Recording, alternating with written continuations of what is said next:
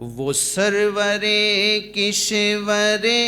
رسالت جو عرش پر جلوہ گر ہوئے تھے، وہ سرور کشور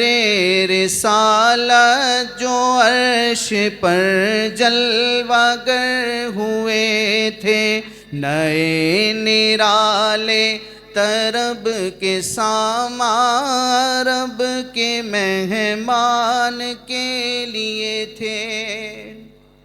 یہ ہے اس کلام کا مطلع، یعنی کہ پہلا شعر جس سے اعلیٰ حضرت امام علیہ سنت اس قصیدے کا آغاز فرماتے ہیں۔ اب قصیدہ فن شاعری میں ایک پوری صنعت ہے، اور اس قصیدے کے لیے کون سے لوازمات ہونے چاہیے۔ جب شاعر قصیدہ لکھتا ہے تو اس میں کون کون سی باتوں کو ذکر کرنا ضروری ہوتا ہے، تو اعلیٰ حضرت نے قصیدے کے جتنے بھی لوازمات تھے ان کو انتہائی شاندار انداز میں، انتہائی مہارت کے ساتھ اس قصیدے میں بیان فرمایا ہے۔ بہرحال اس پہلے شعر کے مشکل الفاظ کے معنی ہم سمجھتے ہیں۔ سرور کہتے ہیں بادشاہ کو، شہنشاہ کو، اور کشور کہتے ہیں مملکت کو، سلطنت کو، جو ملک ہوتا ہے اس کو کشور کہا جاتا ہے، اور رسالت سے مراد رسول ہونے کا منصب ہے۔ تو اعلیٰ حضرت امام علیہ سنت قصیدے کی ابتدا میں فرماتے ہیں کہ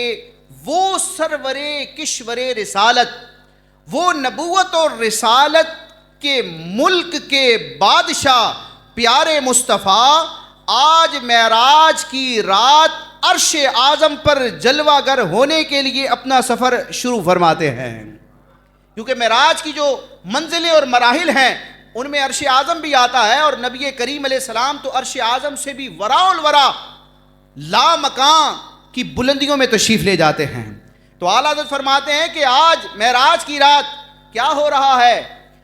رسالت اور نبوت کے ملک کے جو بادشاہ ہیں، جو سارے نبیوں اور رسولوں کے بھی امام اور قائد ہیں، جو خود فرماتے ہیں کہ انا قائد المرسلین، میں سارے نبیوں کا قائد و پیشوا ہوں، ولا فخرا، مجھے اس پر کوئی فخر نہیں، تو وہ رسالت کے ملک کے بادشاہ عرش پر جلوہ گر ہونے کے لیے تشریف لے جا رہے ہیں۔ اب رسالت کے ملک کے بادشاہ نے عرش پر جلوہ گر ہونا ہے، تو دنیاوی اعتبار سے بھی جب کوئی بادشاہ اپنے ملک، اپنی سلطنت کا دورہ کرتا ہے تو اس کے لیے خصوصی پروٹوکول ہوتا ہے، اس کے لیے آرائش کے، زیبائش کے، خوبصورتی کے بہت سارے اسباب جمع کیے جاتے ہیں، صفائیاں ہوتی ہیں، نکھار ہوتا ہے، اور وہ کام جو عام روٹین میں نہیں ہوتے، لیکن بادشاہ ملک کا جو وزیر اعظم ہوتا ہے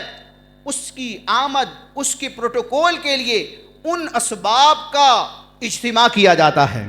تو اعلیٰ حضرت فرماتے ہیں کہ یہ مملکت رسالت کے بادشاہ آ رہے ہیں، اور یہ آ رہے ہیں عرب کی زمین سے، لہٰذا قدرت الہی کی جانب سے پوری کائنات میں خوشی کے سامان مرتب کیے جا رہے ہیں۔ طرب کہتے ہیں خوشی کو، شادمانی کو، انبساط کو۔ تو نبی کریم علیہ السلام کے پروٹوکول کے لیے، آپ کی آمد کے لیے، آپ کے شب معراج والے اس عظیم معجزے کے احترام میں قدرت کی طرف سے خوشی کے اسباب جمع کیے جا رہے تھے، لیکن وہ خوشی کے اسباب ایسے تھے جن کی مثال پیچھے تاریخ میں، پوری تاریخ انسانیت میں کہیں نہیں ملتی۔ تاریخ انسانیت کے کسی بادشاہ کے لیے وہ پروٹوکول اور وہ اہتمام نہ ہوا جو اللہ تعالیٰ نے سرور کشور رسالت کے لیے فرمایا۔ تو اعلیٰ فرماتے ہیں نئے، وہ جو حضور کے لیے خوشی کے اسباب تھے، ایک تو وہ نئے تھے، پرانے نہیں تھے، نئے اور ساتھ میں نرالے بھی تھے، بے مثل و بے مثال تھے۔ طرب کہتے ہیں خوشی کو، نئے نرالے طرب کے سامان کس کے لیے؟ عرب کے مہمان کے لیے تھے۔ اب دیکھیں لفظ طرب اور لفظ عرب، اسی طرح سامان اور مہمان، تو یہ لفظوں کی کیسی مناسبت ہے۔ وہ سرور کشور رسالت جو عرش پر جلوہ گر ہوئے تھے، نئے نرالے طرب کے سامان، خوشی کے، انبساط اور شادمانی کے نئے اور عجیب قسم کے یونیک اسباب مہیا کیے جا رہے تھے عرب کے مہمان پیارے مصطفیٰ کے لیے۔